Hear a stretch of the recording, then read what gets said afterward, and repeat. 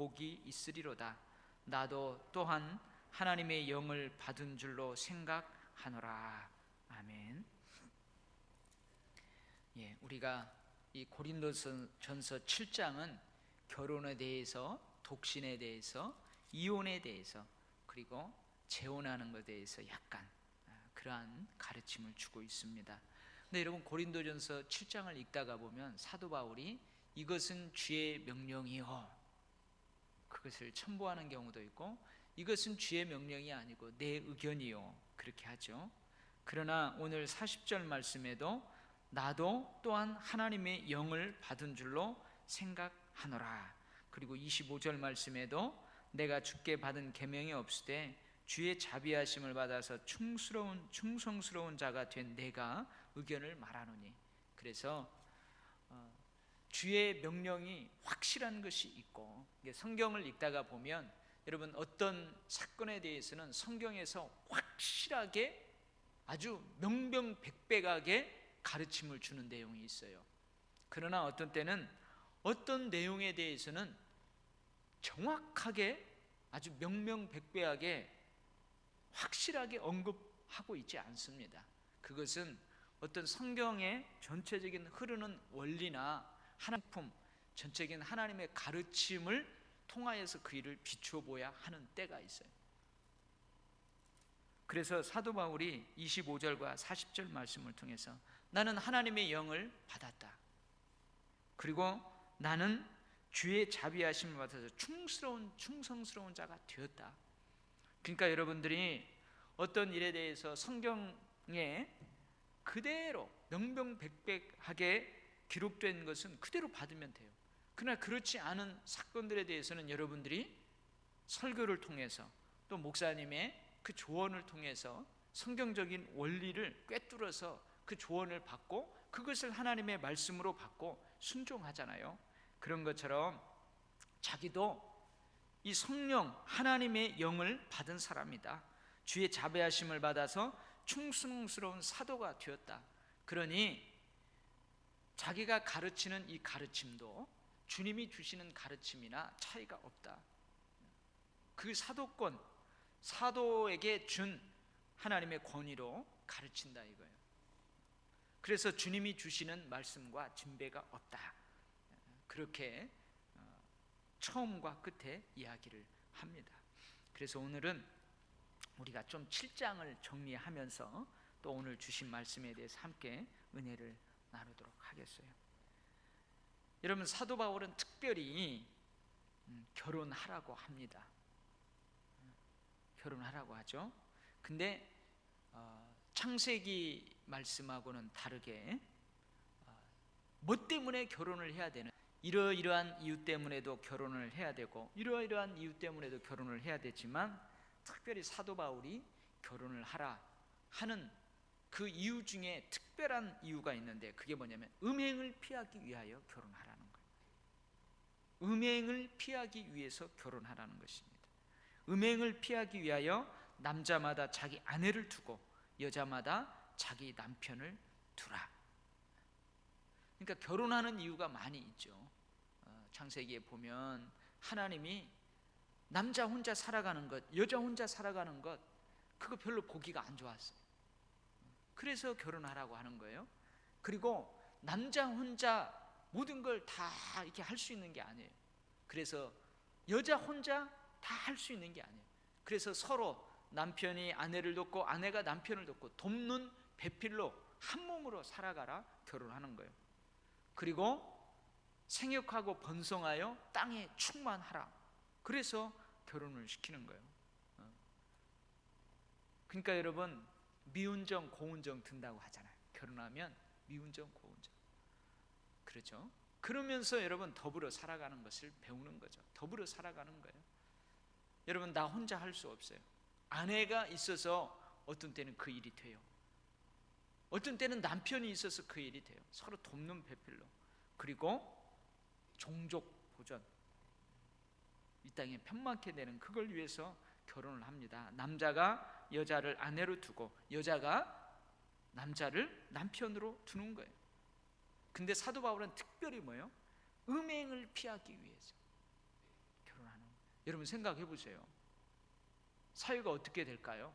만약에 결혼을 안 하고 남자가 성이 불같이 일어날 때마다 아무 여자나 데려다가 성적인 행위를 하고, 여자도 성욕이 불같이 일어날 때마다 아무 남자나 해서 이 남자 저 남자 이 여자 저 여자 막 하고, 그러면 어떻게 될까요? 생각만 해도 끔찍하지 않아요? 그래서 이런 음행, 이것을 피하기 위해서 남자마다 자기 아내를 두고 여자마다 자기 남편을 두라는 거예요. 그래서 사도 바울은 결혼하라 그러면서 어떻게 해요? 남편과 아내는 서로에 대한 성적 의무를 다 하라 그러잖아요. 그리고 절제 못할 정도로 아내에게도 여자에게도 남편에게도 남자에게도 그 성욕이 있어요. 성적인 욕구가 있어요. 근데 그것을 결혼이라는 제도 안에서 해결하는데, 특별히 남편이 아내가 그 성욕을 절제하지 못해가지고 결혼을 했음에도 사탄의 시험이 빠질 정도로 서로 분방하지 말라, 서로 분방하지 말라는 거예요. 여러분, 남편이 성적인 욕구가 강해요. 근데 아내가 그것을 풀어주지 못하면요, 남편이 바람 피울 수 있어요. 그 사탄이 시험에 빠지게 하는 거예요. 여러분, 아내가 성적인 욕구가 강해요. 근데 남편이 그걸 풀어주지를 못해요. 그러면은 아내가 사탄의 시험에 빠질 수 있어요. 그럴 정도로 설령 기도하는 일, 설령 주님 봉사하는 일, 설령 어떤 서원이 있어서 일정 기간 하는 일, 그 이상을 넘으면 안 된다는 거예요. 그래서 결혼하라고 합니다. 그리고 또 결혼하지 말래요. 결혼하라, 또 결혼하지 말라. 오늘 말씀으로 하면 장가가는 것도 죄짓는 것이 아니고 시집가는 것도 죄짓는 것이 아니에요. 결혼하는 것도 잘하는 일이고 결혼하지 않는 일은 더 잘하는 일이라 사도 바울이 계속 7장에서 이야기하죠. 결혼하지 않는 것도 잘하는 일이에요. 결혼하지 말라고도 권면해요. 누구에게? 모두가 결혼하지 말라는 게 아니에요. 하나님께 받은 은사가 있는 사람은 결혼하지 말라는 거예요. 근데 그 은사가 뭐냐? 사도 바울이 결혼하지 말라 하면서 두 가지를 이야기하는데, 정욕이 불같이 타는 사람은 결혼하는 것이 낫다, 그렇게 이야기합니다. 그 다음에 절제할 수 없는 사람은 결혼하는 것이 낫다, 그렇게 이야기합니다. 하나님께 받은 은사가 있으면 결혼하지 말라. 그러나 정욕이 불같이 타는 사람, 절제할 수 없는 사람, 이런 사람은 결혼하는 것이 낫다 이거예요. 그럼 하나님께 받은 은사, 독신의 은사가 뭐냐? 상대방에 대해서 성욕을 못 느끼는 사람. 제가 오늘 어느 기사를 봤더니요, 실제로 이제 이런 전문 용어가 나오대요. 무성애자. 그러니까 남녀가 사랑을 느끼기는 느끼는데 성적인 욕구를 못 느끼는 거예요. 전혀. 그 무성애자라는 그 특별한 명칭들이 나오더라고요. 그래서 이 무성애자, 사도 바울이 이야기한 것처럼 타고난 고자, 하나님으로부터 난 고자, 스스로 된 고자 있는데, 이 무성애자들, 전혀 상대방 이성에 대해서 성욕을 느끼지 못하는 사람들, 이런 사람들은 후천적일까 선천적일까? 동물을 가지고 실제로 오랫동안 테스트를 한 그 학자가 또 있더라고요. 있어요. 그래서 그 관찰 대상 중에서 약 16% 정도가 전혀 성적인 것에 대해서 관심을 갖지 않더라. 짐승의 경우. 그래서 짐승, 우리도 이 인간도 동물이잖아요. 이성을 빼버리면 우리도 동물이에요. 인간 그 동물적 본능이 다 있어요. 그죠? 그래서 그것을 인간에게도 정의해 본다면, 인간도 꼭 후천적으로 내가 어렸을 때 성에 대해서 별로 부정적인 이미지가 각인됐다. 그래서 이 성을 거부하는 사람이 있을 수 있죠. 성욕이 없는 사람이 있어요. 아니면 어렸을 때 성폭행을 당했다든지 뭐 그런 경우에 이 성을 막 증오하고 그럴 수 있어요. 이거 후천적으로 그럴 수 있는데, 그러지 않고 선천적으로 그런 사람들이 있다는 거예요. 있을 수 있다는 거예요. 그래서 하나님께 받은 독신의 은사는 어떤 은사냐? 전혀 정욕이 불같이 안 일어나, 상대방에 대해서. 그리고 절제할 수 있어. 그런 사람은 결혼하지 말고 혼자 살으래요. 혼자 사는 것이 더 좋대요. 이게 사도 바울의 가르침이에요. 그러나 결혼하는 것도 죄가 아니에요. 결혼하는 것도 죄는 아니에요. 이게 사도 바울이 7장에서 가르치는 결혼과 독신에 대한 가르침입니다. 이혼에 대한 가르침이 있어요. 이혼은 첫 번째 대원칙이 뭐예요? 이혼하지 말라는 거예요. 이혼을 아예 생각도 하지 말라는 거죠. 그래서 여자는 남편에게서 갈라서지 말고, 남편도 아내를 버리지 말라. 그리고 설령 갈라섰다 할지라도 그대로 지내든지 아니면 다시 화합할 수 있으면 화합하든지 하라는 거예요. 그러니까 이혼하지 말라는 거죠. 이게 대전제예요. 그렇죠? 물론 이혼할 수 있는 경우가 있어요. 예수님도 이혼할 수 있는 경우를 이야기합니다. 그러나 너무나 빨리 그 이혼으로 달려가면 안 된다는 거예요. 그래서 대전제가 이혼하지 말라는 거예요. 근데 혹 이혼하는 케이스가 있죠. 여러분, 특별히 믿지 않는 남편과 아내, 믿지 않는 아내와 믿는 남편, 이 두 관계 가운데에서 믿지 아니하는 아내나 믿지 아니하는 남편이 믿는 나를 보고 우리 갈라서자, 그러면은 어떻게 하래요? 이혼할 수 있다는 거예요. 사도 바울은 이혼할 수 있다. 그러나 하나님은 화평 중에서 너희를 부르셨느니라. 그럼에도 불구하고 어떻게 해요? 갈라설 수 있다 하지만, 그러나 하나님이 너희들을 화목하게 하고 화평 중에 부르고 한 몸으로 불렀다는 사실을 기억하라. 그렇게 이야기를 합니다. 자, 오늘 본문의 말씀은 이제 종합적으로 한 번 더 보도록 하겠습니다. 오늘 본문의 가르침은 먼저 한 세 가지를 생각해 볼 수 있는데, 사도 바울이 계속 이야기한 것처럼 첫 번째 뭐냐면, 남자가 장가가는 것도 처녀가 시집 가는 것도 죄 짓는 것이 아니라는 거예요. 결혼은 죄 짓는 게 아닙니다. 결혼은 죄 짓는 게 아니에요. 결혼은 하나님의 축복입니다. 결혼은 하나님의 축복이에요. 첫 번째 사도 바울의 가르침이 그거예요. 두 번째, 결혼하는 자도 잘하거니와 결혼하지 아니하는 자는 더 잘하는 것이니라.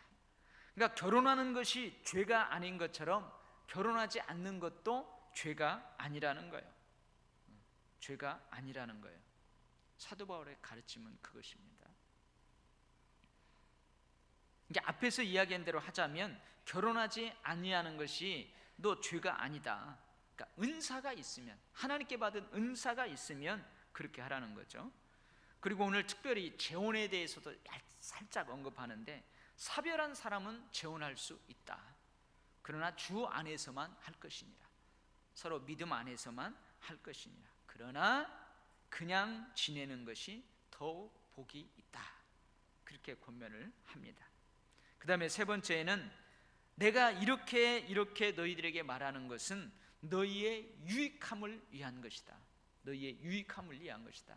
즉, 결혼을 한 사람도 내가 이렇게 이야기하는 것은 결혼한 너희들에게 유익이 되기 위해서 그렇다.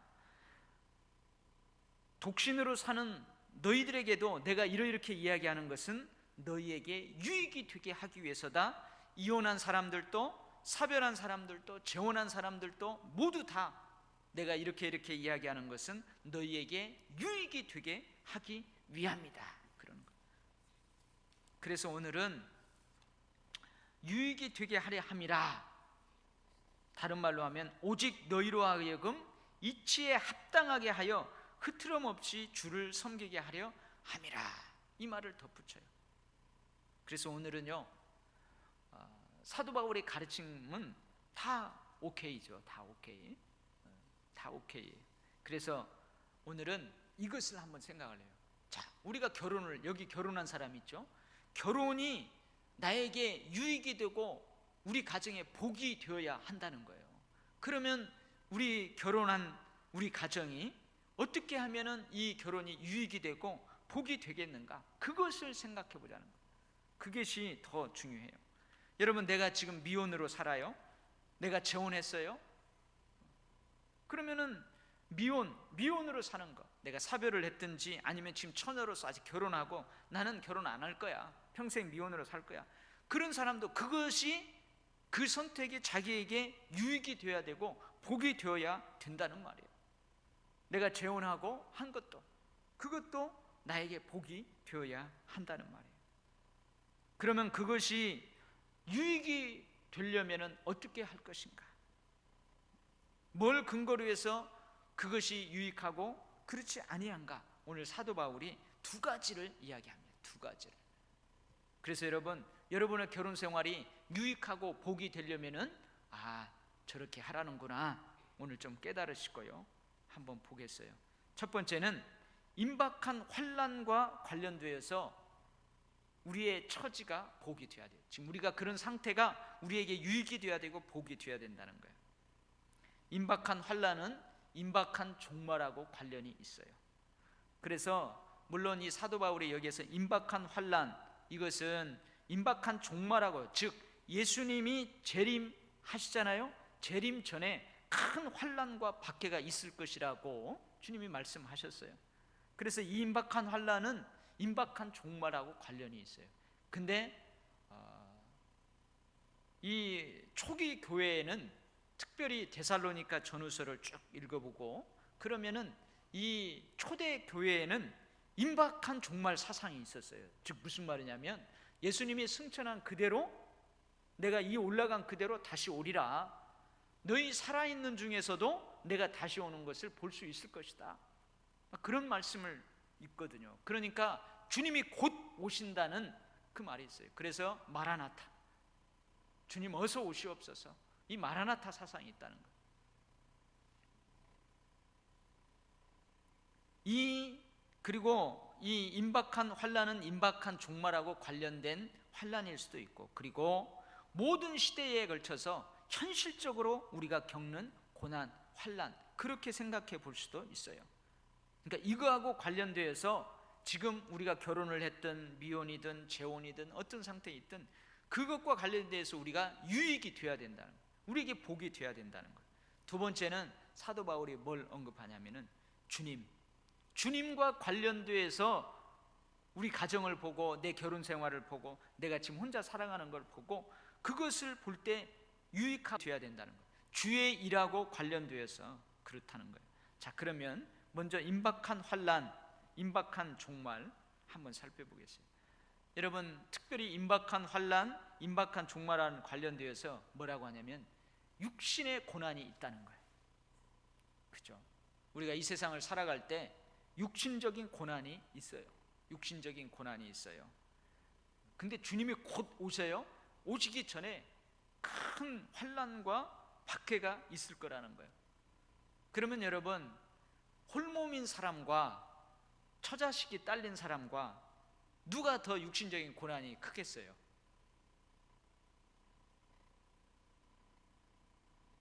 처자식이 딸린 사람이 더 힘든 거예요. 여러분, 그냥 나 혼자 먹기 살기는 뭐 그냥 먹어요. 그냥 먹기. 근데 아내를 먹여 살려야 되고 자식을 먹여 살려야 되고 가르쳐야 되고 힘든 거예요. 나 혼자 그냥 먹으면 뭐 그냥 한 달에 얼마 없어도 돼요. 그죠? 없어도 돼요.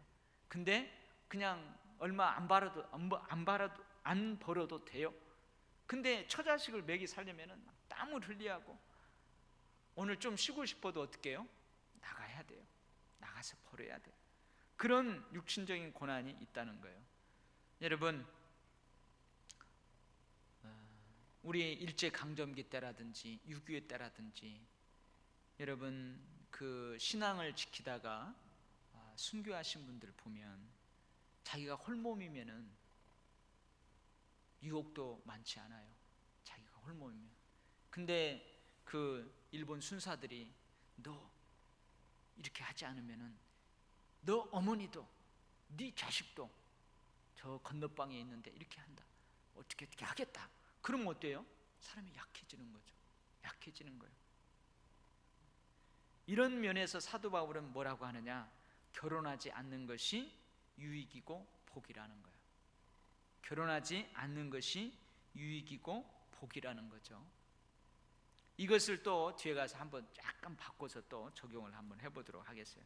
그 다음에 주님, 주의 일하고 관련되어서 미혼자, 결혼하지 않은 사람은 어떻게 하면 주를 기쁘시게 할까?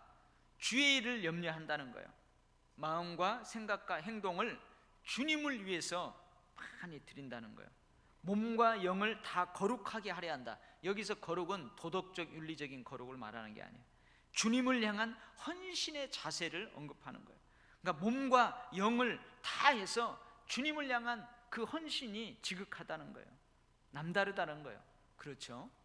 근데 기혼자는 그렇지 않다는 거예요. 어떻게 한다고요? 어떻게 하면 내 아내를 기쁘게 할까? 어떻게 하면 내 남편을 기쁘게 할까? 세상의 일을 염려한다는 거예요. 그리고 몸과 영이 갈라진다는 거예요. 그렇죠? 여러분, 그래서요 우리 한국교회 그런 말 있잖아요. 처녀 총각대 믿음은 그 가짜 믿음이라고. 그죠? 처녀 총각대 믿음은 가짜 믿음이에요. 결혼을 해봐야 안다고 그런 말 많이 하잖아요. 그러니까 나 혼자 몸이면 뭐 교회에서 목사님이 뭐 좀 나와서 이거 하자 하면 그냥 훌훌 털고 나가면 돼요. 나가서 열심히 일하면 돼. 근데 가정이 있고 자녀들이 있는 사람 뭐 지금 이렇게 하자 나오라고 뭐 어떻게 해요? 남편 눈치 봐야 돼요. 자녀들 눈치 봐야 된다는 거. 내 마음으로 내 생각으로는 나가서 같이 해야 되는데 몸이 그렇게 안 된다는 거죠. 그럴 수 있다는 거예요. 주님, 주의 일, 그리고 이 임박한 환난하고 관련돼서 유익, 복, 그것의 근거를 삼고 있어요. 자, 그러면 결혼하지 않는 미혼이 그 사람에게 그 상황이 유익이 되고 복이 되게 하려면 어떻게 해야 될까요? 여러분, 지금 홀로 사시는 분들 있잖아요. 네. 여러분, 결혼하지 않은 자라 할지라도, 지금 내가 홀로 살아간다 할지라도 그것이 유익이 되지 않을 수 있어요. 그게 복이 되지 않을 수 있어요. 어느 때요? 하나님보다 내 욕심, 내 세상적인 욕구에 이끌려서 산다. 그러면 그 사람은 지금 혼자 사는 것이 유익이 되지 않아요. 복이 되지 않아요. 여러분, 그냥 결혼하지 않고 혼자 사는 그 자체가 유익이 되고 복이 되는 게 아니에요. 여러분, 이런 경우 한번 봐봐요. 나는 남편이 없어. 나는 아내가 없어. 너무나 자유스러워. 근데 그 자유를 세상적인 욕심을 이루려고 하고 내 본능적인 욕구를 이루려고 하는데 더 많이 그 자유를 투자해요. 시간을 투자해요. 그러면 그 사람은 결혼하지 아니함이 복이 되지 못한다는 거예요. 유익이 되지 못한다는 거예요. 오히려 결혼하지 아니한 그 자유함이 그 사람을 죄의 구렁텅이로 끌고 가요. 오히려 죄악의 구렁텅이로 끌고 가요. 그러니까 그 사람은 그게 유익이 되지 못하고 복이 되지 못한다는 거예요. 그래서 결혼하지 않는 그것이 그 사람에게 유익이 되고 복이 되려면요, 어떻게 해야 되겠어요? 사도 바울이 이야기한 것처럼 주님을 기쁘시게 하는 일, 자기를 잘 절제하고 자기 욕심을 잘 통제하고 주님의 영광을 위한 일, 많은 사람들을 이롭게 하는 일, 그런 일들을 해 나가야 지금 그 혼자 사는 그 자유함이 유익이 되고 복이 되는 것입니다. 그 다음에는요, 결혼하는 것이 유익이 되고 복이 되게 하려면 어떻게 할까? 오직 이치에 합당하게 하여 흐트럼 없이 주를 섬기라. 그러면 복이 되고 유익이 되는 거예요. 여러분, 임박한 환난하고 관련되어서 여러분 이럴 수 있죠. 너무 견디기 힘드니까 이제 주님이 곧 오는데 차라리 가정을 버리고 차라리 아내를 버리고 혼자 견디면 되지 않겠는가? 이제 세상 종말이 오는데 그러면 안 된다는 거예요. 그래서 어떻게 해요? 너가 아내에게 매였느냐 노이기를 구하지 말며 아내에게서 노였느냐 아내를 구하지 말라 그러는 거예요. 지금 임박한 종말 이전에 임박한 환란이, 극한 환란이 나에게 있어요. 그러면은 결혼하는 것이 그 임박한 환란하고 관련돼서 복이 되고 유익이 되려고 하려면 어떻게 하느냐? 가정과 결혼을 지키면서 환란을 끝까지 견디어야 해요. 아멘. 끝까지 견디어야 해요. 고통스러운 박해를 피하기 위해 아내를 버리거나 남편을 버리는 일은 합당하지 않다는 말이에요. 그렇게 되면 그 결혼이 그 사람에게 유익이 되지 못하고 복이 되지 못하는 거예요. 오히려 임박한 종말로 인해서 부부로 가족으로 살아야 할 날들이 얼마 남지 않았기 때문에 오히려 더 그 책임을 다하고 오히려 더욱더 그 얼마 남지 않은 짧은 시간에 못다한 사랑을 하고 그 사랑으로 그 고난을 감당해내야 할, 그래야 그게 복이 되고 유익이 되는 거예요. 그 다음에 결혼한 사람은 남편으로 인해서, 아내로 인해서 주님을 향한 헌신의 자세가 반감될 수 있어요. 그죠? 반감될 수 있어요. 여러분 그렇잖아요. 저도 다 겪어봤어요. 제가 헐몸일 때, 청년 때는요, 교회에 무슨 일이 있으면은 대학 다닐 때는 수업을 빠지면서도 막 갔어요. 수업을 빠지면서도 갔어요. 교회에 누가 상이 났다, 그때는 막 상여를 맺거든요. 우리 뭐 장례식장이 이렇게 많은 게 아니고 가정에서 그 상을 치릅니다. 그러면 학교 빠지고 그 상여 메고 그 비탈진 산까지 올라가서 그 장례 치르고 막 그랬어요. 혼자 있을 때는. 근데 이제 어떻게 해요? 가정이 있으면은 그렇게 못하는 거예요. 많은 제약들이 있는 거예요. 그러니까 그 열심이 반감될 수 있어요. 헌신이 반감될 수 있어요. 그건 사실이에요. 어떻게 보면 현실이에요. 그러나 여러분, 최선을 다해야 합니다. 핑계 삼아서 주를 향한 헌신을 반감시키지 말라는 거예요. 반감될 수 있어요. 그게 현실이에요. 그러나 핑계 삼아서 주를 향한 헌신을 반감시키지 말라는 거예요. 사실 여러분, 개인적인 종말이든, 개인적인 종말은 죽음이에요. 역사적인 종말은 진짜 인류의 종말이죠. 개인적인 종말이든 역사적 종말이든 그때가 되면 이 세상의 것들은 다 사라지게 되어 있어요. 뭔만 영원해요? 주님과 관련된 것만 영원한 거예요. 주님과 관련된 것만 하늘의 상급으로 별처럼 빛나게 돼 있는 거예요. 여러분, 물론 아내와 남편, 가정은 소중합니다. 누가 그러대요. 가정사역 하시는 분이, 한국교회는 교회의 부흥을 위해서 우리 그 70년대, 80년대, 90년도 초까지 온 성도들이 교회의 부흥을 위해서, 교회의 부흥, 불타는 부흥을 위해서 가정을 다 불살라 버렸다고, 가정을 다 뱅개쳤다고 그러는 분들도 있는데요. 물론 여러분, 아내와 남편, 가정은 소중합니다. 소중해요. 결혼한 자들은 결혼에 합당한 책임과 의무를 다 해야 합니다. 그러나 여러분, 사도 바울이 뭐라고 그래요? 아내, 남편 있는 자들은 없는 자같이 하라, 우는 자들은 울지 않는 자같이 하라, 기쁜 자들은 기쁘지 않은 자같이 하라, 이런 말을 해요. 왜 그래요? 이 세상의 유행은 다 지나감이니라. 아내와 남편, 가정이 소중해요. 소중해요. 그래서 그거에 대한 합당한 책임과 의무를 다해야 돼요. 그러나 내가 죽으면, 이 역사의 종말이 끝나면 그런 것들은 다 없어지는 거예요.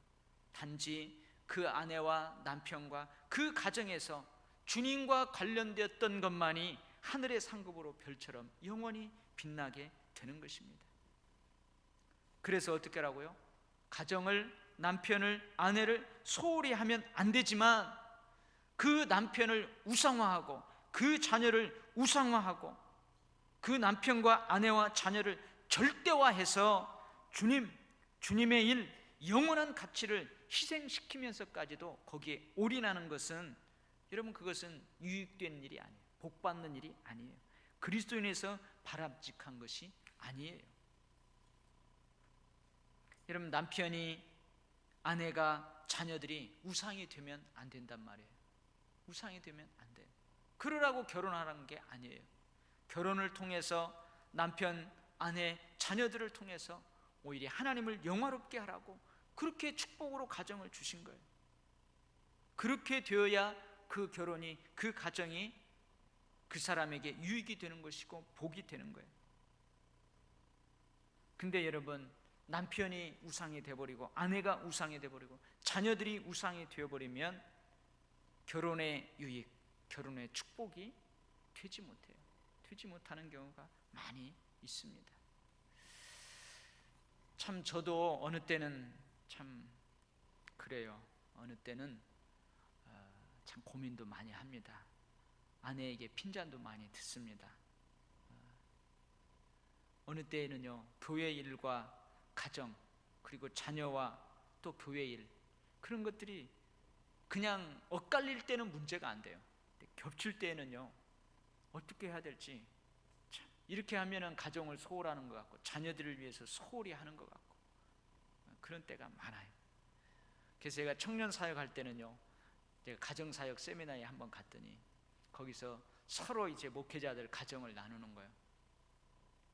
그래서 저한테 그 세미나하는 강사가 남편과 아내를 위해서, 자녀들을 위해서 저녁 시간을 얼마나 할애하냐요.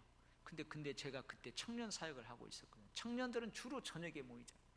낮에는 청년들을 못 만나요. 저녁에 모여요. 저녁에 모여서 영화도 보러 가고 밥도 먹고 성경 공부도 하고 이것저것 해요. 그래서 저는 못한다고. 왜 못하냐요? 거의 못한다고 그랬더니 청년들하고 만나는데 핑계 대지 말래요. 청년들하고 그렇게 사역을 해도 시간을 만들면 만들 수 있다는 거예요. 그런 얘기를 하더라고요.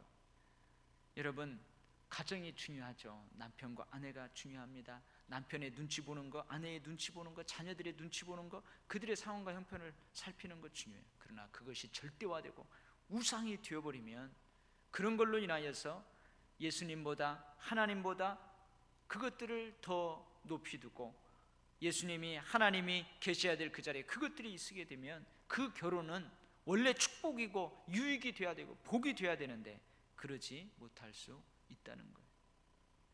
사랑하는 성도 여러분, 여러분 결혼했습니까? 그럼 그 결혼이 여러분에게 유익이 되고 복이 되기를 바랍니다. 여러분 자녀들이 있습니까? 그 자녀들이 여러분에게 유익이 되고 복이 되기를 원합니다. 여러분 결혼하지 않고 지금 혼자 살고 있습니까? 그럼 그 홀로 사는 그것이 여러분에게 복이 되고 여러분에게 유익이 되기를 바랍니다. 여러분 사도 바울은 어느 경우도 나쁜 것이 아니라고 그랬어요. 어느 경우도 좋다고 그랬어요. 그런 경우가 어느 것이든지 좋다고 하는데 그 좋음이 우리에게 유익이 되고 복이 되어야 되지 않겠습니까? 오늘 이 주신 말씀을 여러분 생각하면서 정말로 복된 그러한 삶을 살아가시기를 주의 이름으로 축원합니다. 아멘. 기도하겠습니다. 하나님 아버지, 하나님 이러이러해서 제가 결혼하려고 합니다. 그것이 성경에 이유까지도 명백하게 쓰여 있으면은 뭐 물어볼 것도 없고 기도할 것도 없고 그 말씀대로 하면 되는데, 하나님 내가 이러이러해서 혼자 살려고 합니다. 이러이러해서 이혼하려고 합니다. 이러이러해서 재혼하려고 합니다. 하나님 그 케이스들이 성경에 구체적으로 기록되어 있다면 참 좋겠는데 그러지 않습니다. 대부분이. 오늘 고린도 전서를 향한 사도 바울의 가르침의 원리들을 우리가 잘 해석하고 그 원리들을 잘 적용하며 살아야만 됩니다. 하나님, 사도 바울의 가르침, 사도 바울을 통한 하나님의 가르침, 결혼하는 것도 죄가 아니고 결혼하지 않는 것도 죄가 아닙니다. 모두가 다 유익이 되어야 됩니다. 그 유익이 되고 복이 되는 그 방법을, 그 삶을 우리에게 가르쳐 주었사오니 우리 교회 성도들 어떤 상황과 여건에 처해 있든지 그것이 복이 되게 하시고 그것이 유익이 되게 하여 주시옵소서. 하나님 아버지, 종이 올해는 도율교회 성도들을 향한 기도의 간절한 제목이 있습니다. 우리 교회뿐만이 아니고 우리 도율교회 성도들 앞에 어떤 사건이 일어나든지 그 사건이 복이 되는 사건으로 하나님이 바꾸어 주시기를 원합니다. 영적으로도 육적으로도 건강하여서 독수리의 날개춤처럼 날아오르며 하나님이 그때마다 예비한 그 복을 내 것으로 삼으며 행복의 삶을 살아가기를 원합니다. 하나님, 올해는 꼭 이 기도만은 이루어 주십시오 하는 한 가지의 기도 제목들이 있습니다. 하나님, 그 기도의 제목이 무엇이든지 하나님께서 아름답게 선하게 풍족하게 꼭 이루어 주시옵소서. 하나님, 이 강단에서 말씀을 선포하지만 그 말씀을 삶에 적용하기 위해서는 많은 고려해야 될 변수들도 있고 배려해야 될 것도 있고 그렇습니다. 혹 이 강단에서 말씀이 선포될 때에 성도들이 시험에 들지 않게 하시고 섭섭하지 않게 하시고 모두가 열린 마음으로 하나님의 말씀으로 받고 그 말씀 가운데에서 순종하고 잘 적용함으로 정말로 이 선포되는 말씀이 복이 되는 말씀이 되도록 성령께서 역사하여 주시옵소서. 감사드리며 예수님 이름으로 기도합니다. 아멘.